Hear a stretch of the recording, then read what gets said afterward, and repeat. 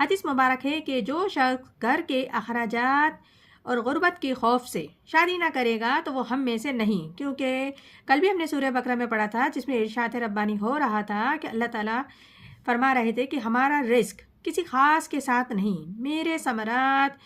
دنیا کے ہر بندے کے ساتھ، مخلوق کے ساتھ ہیں، یعنی کہ انسان، حیوان، چرند پرند، سب کا رزق میری ذمہ داری ہے۔ لیکن انسان جو کفر کرتا ہے، میری ناشکرانی کرتا ہے، نافرمانی کرتا ہے احکامات کی، تو مرنے کے بعد میں اس کو دوزخ میں ضرور پہنچاؤں گا،